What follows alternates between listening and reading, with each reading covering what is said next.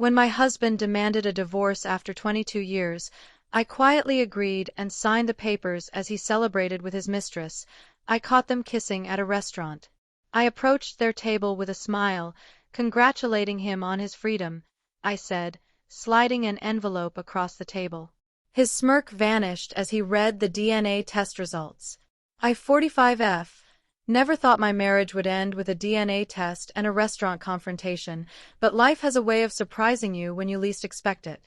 After 22 years of marriage, my husband came home on a Tuesday evening with divorce papers already drawn up.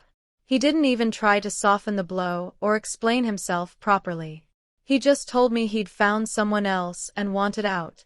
The papers were sitting on our kitchen counter like takeout menus, casual and final. He said he'd already spoken to a lawyer and that everything was straightforward since we'd kept our finances mostly separate over the years. I stared at those papers for what felt like hours. 22 years reduced to legal jargon and signature lines. He stood there waiting for me to react, to cry, to beg, to fight. Instead, I picked up a pen and signed them without saying a word. The look of surprise on his face was almost worth the devastation I felt inside. What he didn't know was that I'd suspected something for months. The late nights, the secretive phone calls, the sudden interest in going to the gym and buying new clothes. I'm not naive, and I wasn't going to play the role of the clueless wife. I'd already started preparing for this moment, though I never imagined it would come so abruptly. The next few days were a blur of logistics. He moved out quickly, taking only his personal belongings and leaving behind 22 years of shared memories like they meant nothing. Our daughter, who was away at college, called crying when he told her. She couldn't understand how he could just walk away from our family so easily. I comforted her while my own heart was breaking, promising her that everything would be okay even though I wasn't sure I believed it myself. 2 weeks after he moved out, I was having lunch with my sister when I saw them. My ex-husband and a woman I didn't recognize, sitting at a corner table in an upscale restaurant downtown. They were holding hands across the table, and she was laughing at something he'd said. The sight of them together, so comfortable and intimate, made my stomach turn. But what really got to me was how happy he looked. Happier than I'd seen him in years. I watched them for a few minutes from across the restaurant, trying to process what I was seeing. This wasn't just some fling or midlife crisis. This was clearly a relationship that had been going on for a while. The way they interacted, the comfortable silences, the inside jokes, it all spoke of familiarity and genuine affection. My sister noticed my distraction and followed my gaze. When she saw what I was looking at, she grabbed my arm and suggested we leave immediately. But I couldn't move. I was transfixed by the scene playing out in front of me. My ex-husband, the man I'd shared more than 2 decades with, was building a new life with someone else while I was still trying to figure out how to exist without him. That's when I decided to approach their table. My sister tried to stop me, but I was already walking across the restaurant before I could change my mind. As I got closer, I could see the woman more clearly. She was younger than me, probably in her late 30s, with perfectly styled blonde hair and expensive jewelry. She looked like everything I wasn't: polished, sophisticated, and completely unburdened by the weight of a failed marriage.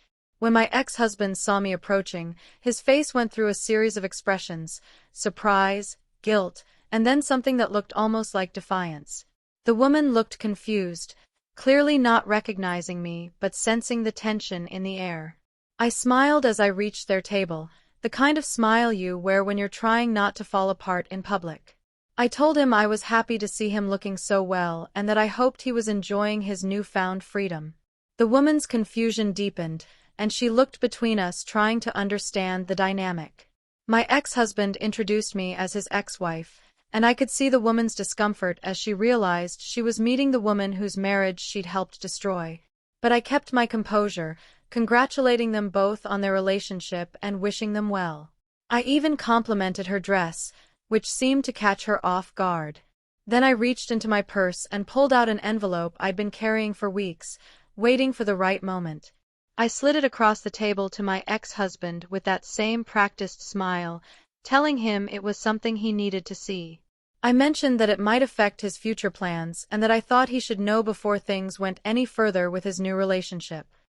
His confidence wavered as he picked up the envelope. He asked what it was, and I simply told him to open it and see for himself. The woman leaned in, curious about what could be so important that I'd track them down at a restaurant to deliver it. As he opened the envelope and began reading the documents inside, I watched his face change completely. The color drained from his cheeks, and his hands started shaking slightly. The woman asked what was wrong, but he couldn't seem to form words. He just kept staring at the papers, reading them over and over as if hoping the words would change. The envelope contained DNA test results that I'd been sitting on for 3 months. Results that proved our daughter wasn't biologically his. I discovered this by accident when our daughter needed blood work for a college physical, and some inconsistencies in her blood type had prompted further testing. The revelation had hit me like a truck, bringing back memories I'd tried to bury from a brief affair I'd had during a rough patch in our marriage 18 years ago. An affair that had lasted only a few weeks and that I'd convinced myself meant nothing.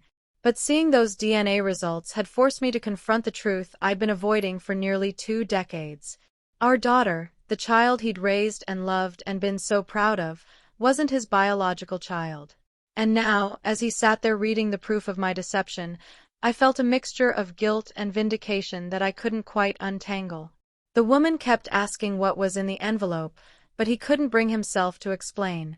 He just looked up at me with an expression I'd never seen before, a combination of betrayal, rage, and complete devastation. He asked how long I'd known, and I told him the truth. I'd suspected for years, but had only confirmed it recently. I explained that I'd planned to take this secret to my grave, but his decision to abandon our family for his new relationship had changed my perspective on a lot of things. I told him that if he wanted to start fresh and pretend the past didn't matter, then he should know exactly what he was walking away from. The woman finally demanded to know what was happening, and my ex-husband handed her the papers with shaking hands. As she read them, her face went through the same transformation his had. She looked at me with a mixture of shock and something that might have been respect, though I couldn't be sure. I told them both that I wasn't sharing this information to be cruel or to try to win him back. Our marriage was over, and I'd accepted that. But I thought he deserved to know the truth about the daughter he'd raised, especially since he'd been talking about reducing his financial support for her college education as part of the divorce settlement. The silence at their table was deafening. Other diners were starting to notice the tension, and I could feel eyes on us from around the restaurant. But I wasn't finished yet. I mentioned that our daughter didn't know about the DNA results and that I had no intention of telling her unless he forced my hand. As far as she was concerned, he was her father in every way that mattered. But if he wanted to continue being part of her life, he needed to understand that biology wasn't the only thing that made someone a parent. My ex-husband finally found his voice and asked what I wanted from him. I told him I didn't want anything except for him to think carefully about his choices. He'd spent 18 years being a father to our daughter, and those years couldn't be erased by a DNA test.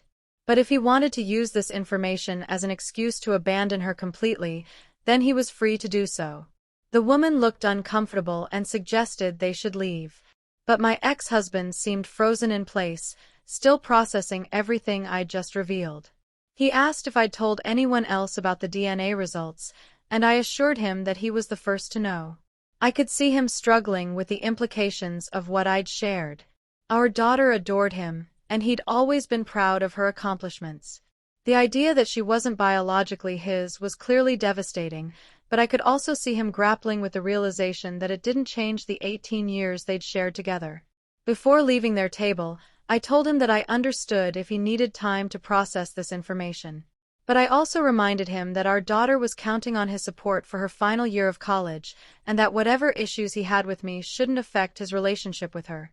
The woman finally spoke up, asking if this was some kind of revenge for the divorce. I looked at her directly and explained that revenge would have been revealing this information during our divorce proceedings to avoid paying alimony. Instead, I'd signed the papers without contest and had planned to keep this secret forever. But his celebration of our marriage's end had made me reconsider the value of protecting him from uncomfortable truths. As I walked away from their table, I could hear them having a heated conversation in hushed tones. The woman seemed upset about being blindsided by this revelation, and my ex-husband was trying to explain the situation while clearly struggling with his own emotions. I left the restaurant feeling a strange sense of closure. For months, I'd been carrying the weight of this secret while watching him move on with his life as if our marriage had meant nothing. Sharing the truth hadn't made me feel better exactly, but it had leveled the playing field in a way that felt necessary. Update 1. 3 days after the restaurant encounter, my ex-husband called me. His voice was different, smaller somehow, and filled with an uncertainty I'd never heard before. He asked if we could meet to discuss the DNA results and what they meant for our family moving forward. We met at a coffee shop near our old house, neutral territory that didn't carry the weight of our shared history. He looked like he hadn't slept since our restaurant meeting, and I could see the internal struggle playing out on his face.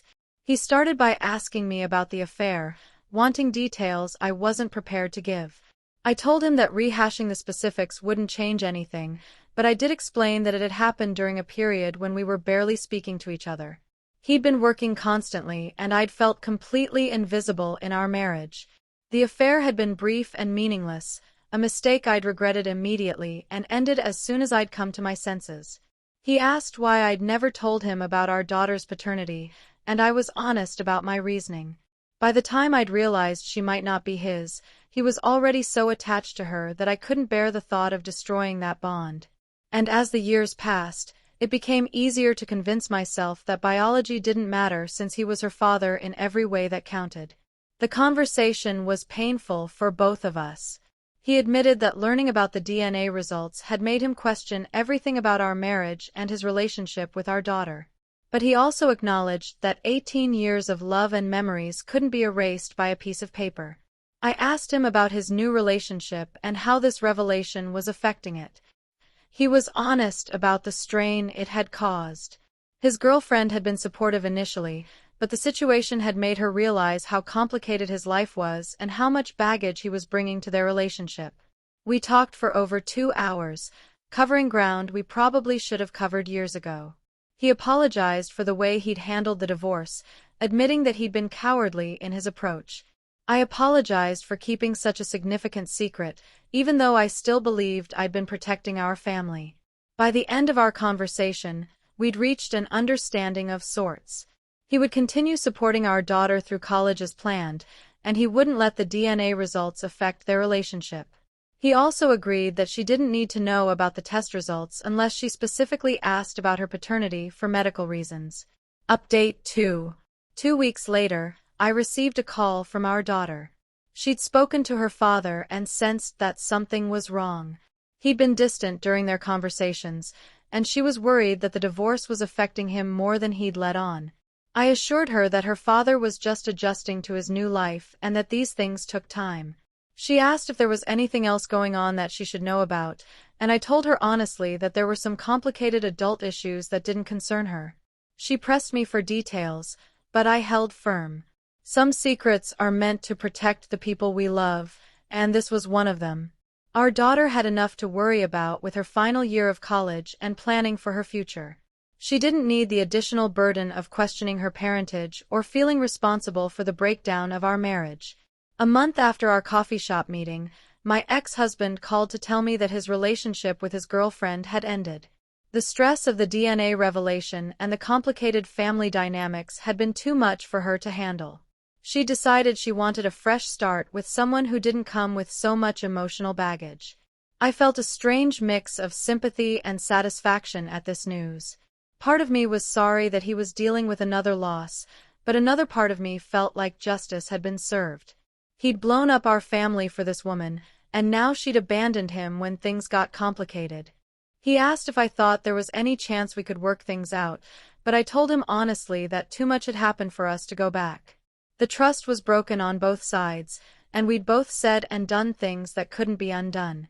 But I was glad that we'd found a way to co-parent our daughter effectively despite everything that had happened. Update 3. 6 months after the divorce was finalized, I ran into my ex-husband at our daughter's college graduation. We sat together during the ceremony, presenting a united front for her special day.